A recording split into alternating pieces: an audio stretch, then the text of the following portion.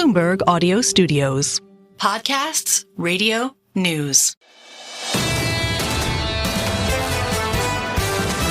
This is the Bloomberg Surveillance Podcast. I'm Jonathan Ferro, along with Lisa Abramowitz and Anne-Marie Hordern. Join us each day for insight from the best in markets, economics and geopolitics. From our global headquarters in New York City, we are live on Bloomberg Television weekday mornings from 6 to 9 a.m. Eastern. Subscribe to the podcast on Apple, Spotify or anywhere else you listen. And as always, on the Bloomberg Terminal and the Bloomberg Business app. I am here in Atlanta, Georgia, with the CEO of Delta, Ed Bastian, here alongside me after that earnings report yesterday and that projection of 20% earnings per share growth in 2026. Now that you've had a day to digest, have you been surprised by the market's reaction and, frankly, by the lines of inquiry that you got yesterday? Not really. First of all, thank you for coming down. It's great to have you on our campus down here in Atlanta. There were a lot of expectations. We have a lot of momentum in our business. And as we're going into the year, we've seen the first part of the year, the momentum picked up yet again in the early days of January. And so as a result of that, I think our investor base was curious as to whether they see that momentum continuing to build, continuing to flatline, to bop around a little bit. And we just finished a year where we saw some pretty significant challenges, whether it was the Liberation Day impact on consumer sentiment, shutdown of the government and the airspace in the latter part of the year. So we wanted to make certain we had a little bit of wiggle room, some caution as to how we thought about projecting the year out. And so I think there was more inquiries to just how much caution is there and what could great look like, right? And so I think that's more what we saw. So we'll get into what great could look like. Let's get into the caution and some of the things that are less foreseeable, including a proposed 10% cap on credit card rates. And it raises this question about the loyalty program at Delta, considering the fact that American Express and the partnership there contributed something like 14%, according to my calculations, of the revenue growth over the past year. I'm just wondering, how big of a hit is this? Have you started to map that out at all? I think it's early. I think it's premature. That's not our business. It's the financial services world and the banking climate. I think the banks that have already come out and spoken about it are expressing a tremendous amount of concern. So I understand it would require legislation, is what I'm told. And we know the challenges of getting anything through Congress these days. I also think the knock-on effects are pretty significant when you think about what seems to be maybe a good idea to help the lower income strata, give them some income tax or not income tax, some interest rate relief. The reality is it's going to eliminate their ability for credit, and it's going to freeze up tremendous amount of credit lines that the banks aren't going to be able to afford to provide. So, I'm not. It's not my business.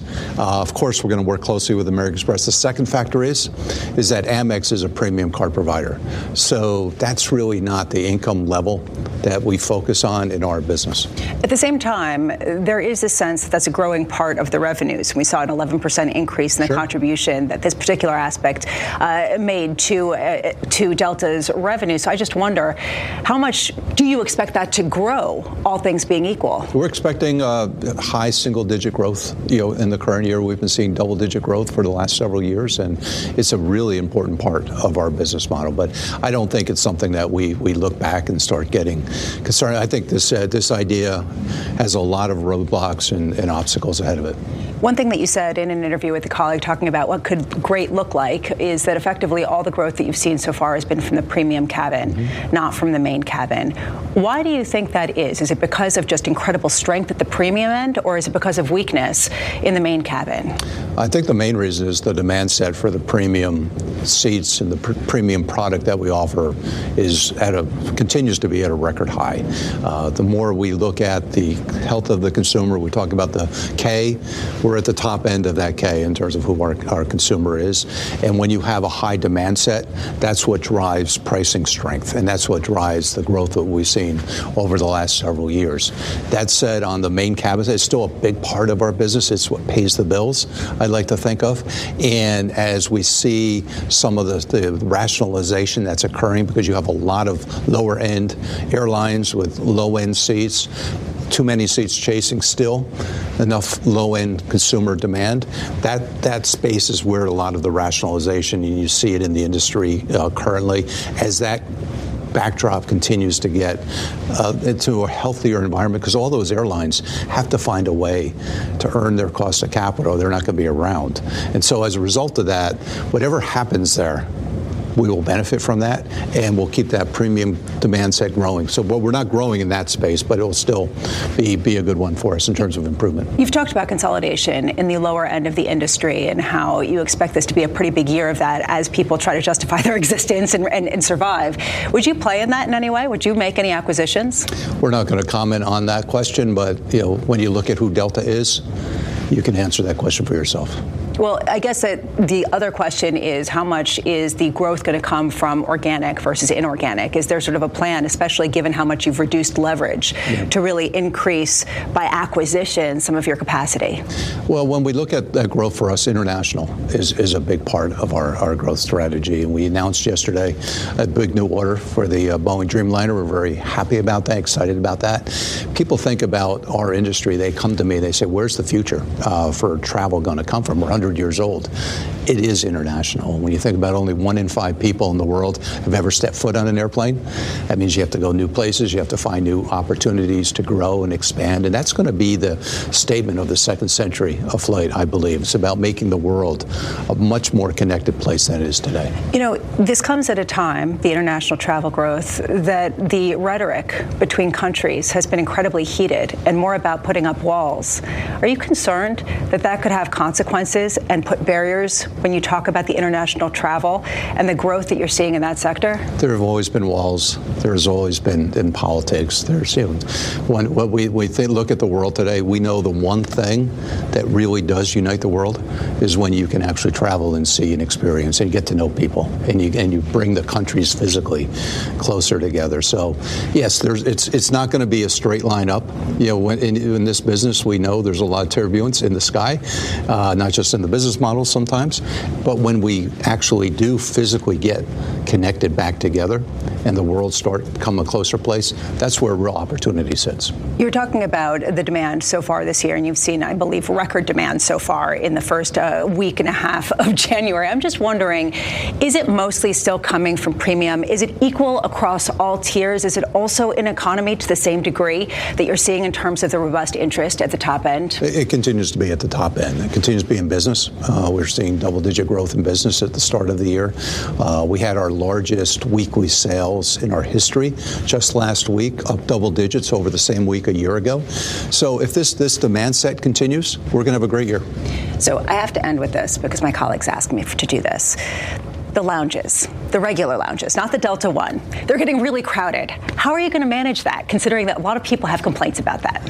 Well, we've been experiencing that for the last handful of years, and it's a problem with no good deed goes unpunished. You build something great, and everybody wants to be in there, and there's doesn't feel as exclusive any longer.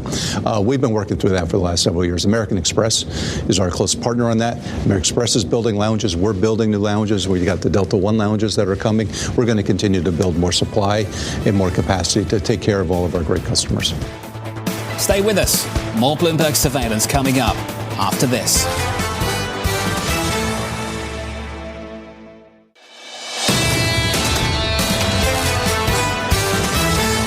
In another world, I'd say the president's right. These bankers want higher rates to make more money.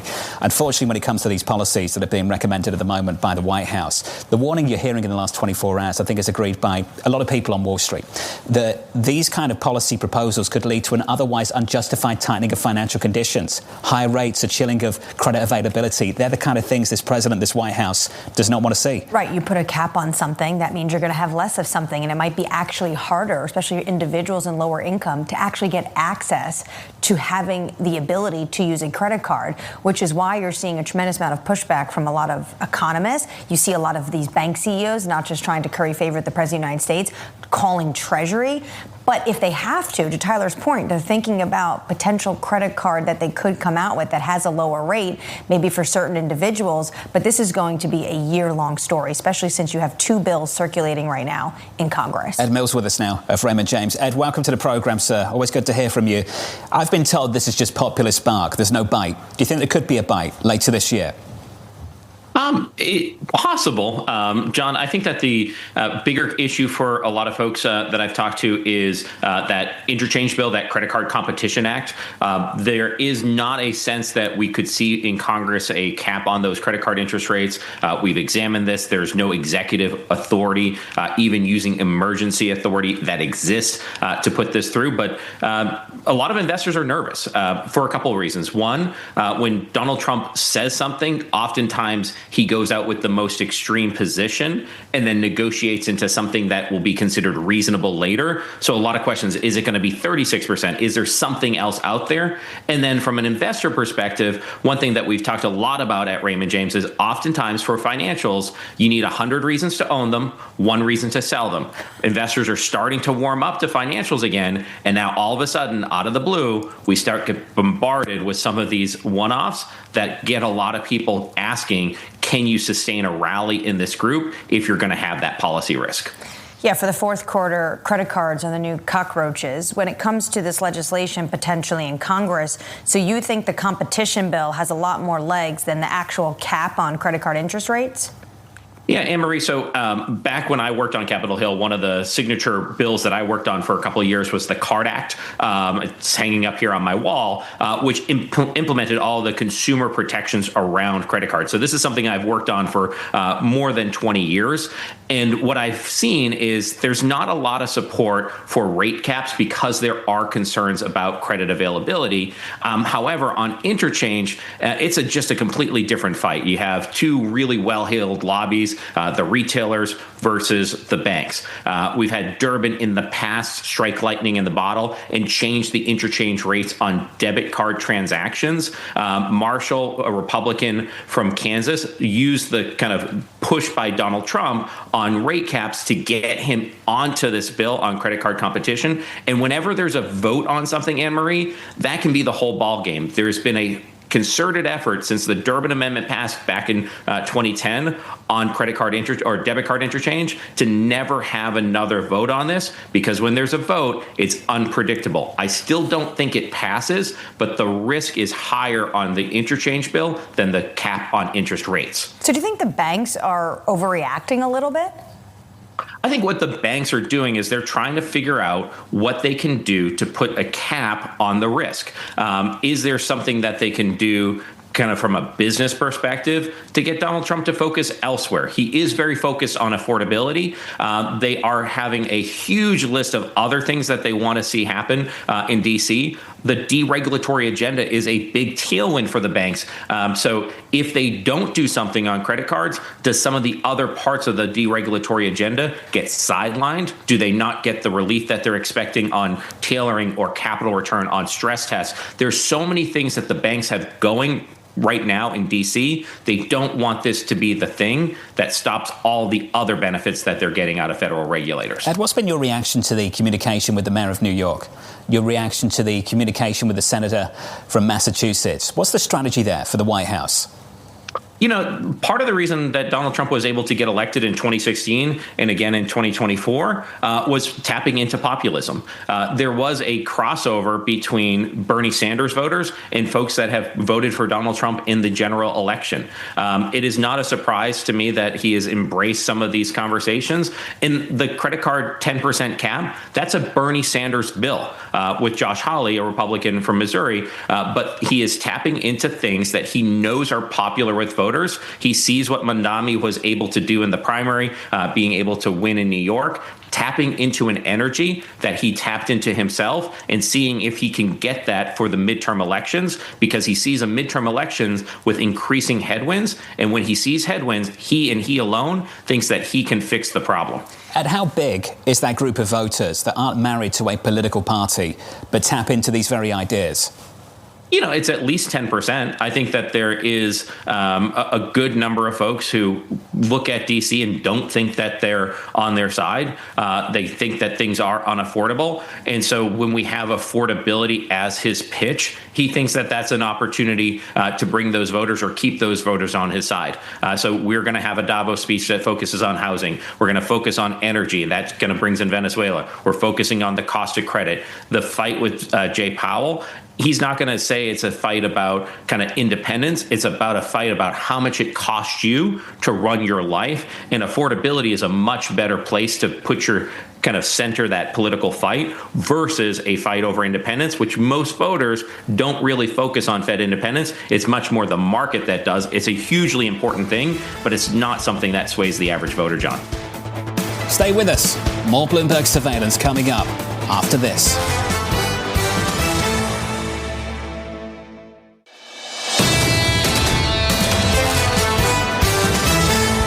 Here's a view on Wall Street this morning. Alex Altmann of Barclays writing, for the time being, investors will have to navigate the noise of upcoming Q4 earnings and try to deploy capital into themes that should be agnostic to the whipsawing headlines. Alex, I'm excited for this.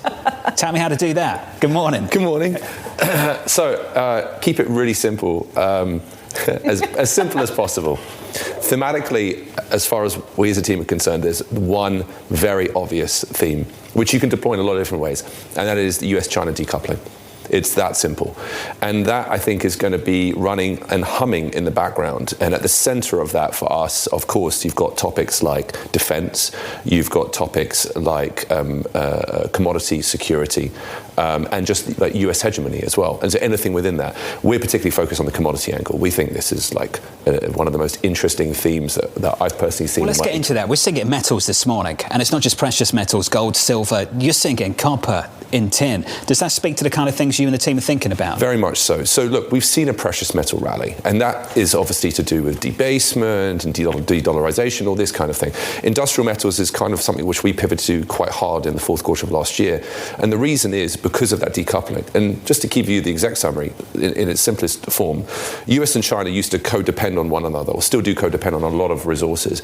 If we're moving to a world of decoupling, and we're in a sort of a détente right now up until the Taiwanese elections at the beginning of 2028, we've effectively got 2 years for these countries to secure as much resource as possible, not just physical demand, but also just a line of sight on future supply. And what's really important about that is at the moment, the US is relying on over 50% imports on about 47 critical metals and resources. So it's not just rare earths, it's everything: copper, lead, lithium, electrification systems, aluminium, everything. If that is your base case, then can we see more noise when it comes to geopolitics? The president a week ago, or a little more than a week ago, captured Maduro. He's now talking about Greenland. And let's not exclude Ukraine as well.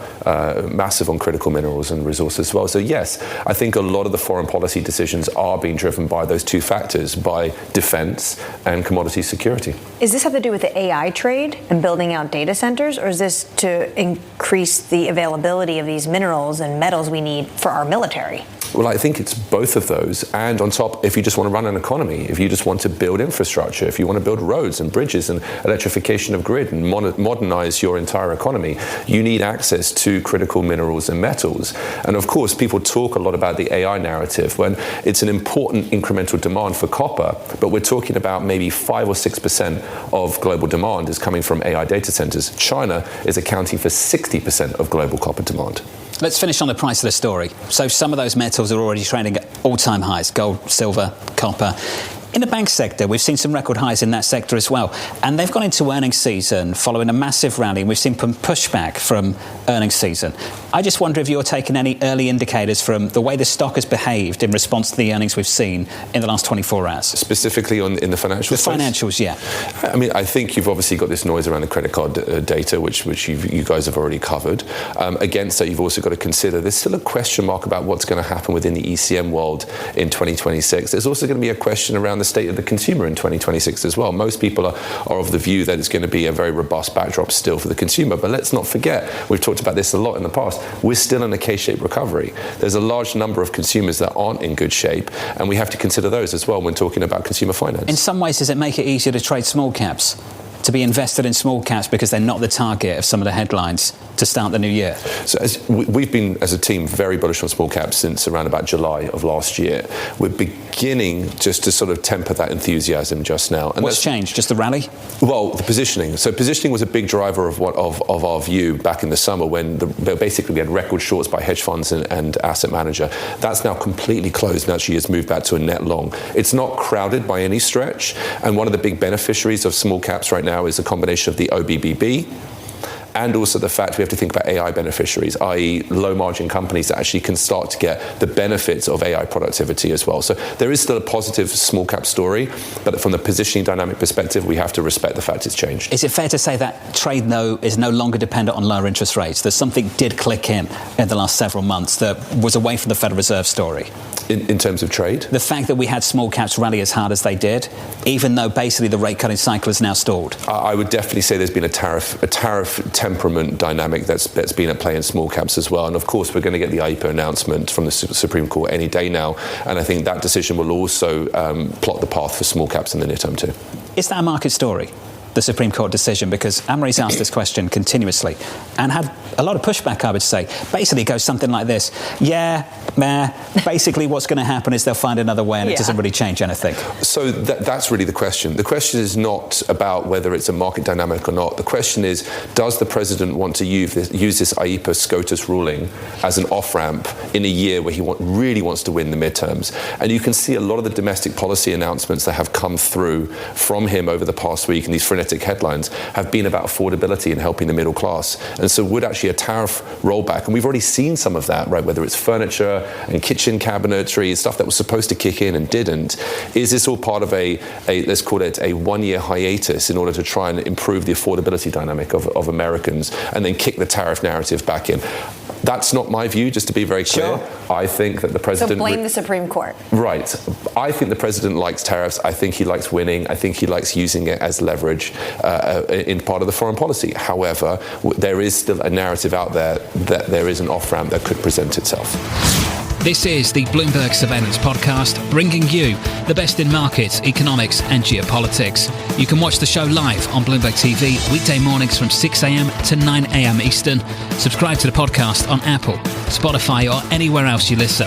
And as always, on the Bloomberg Terminal and the Bloomberg Business app.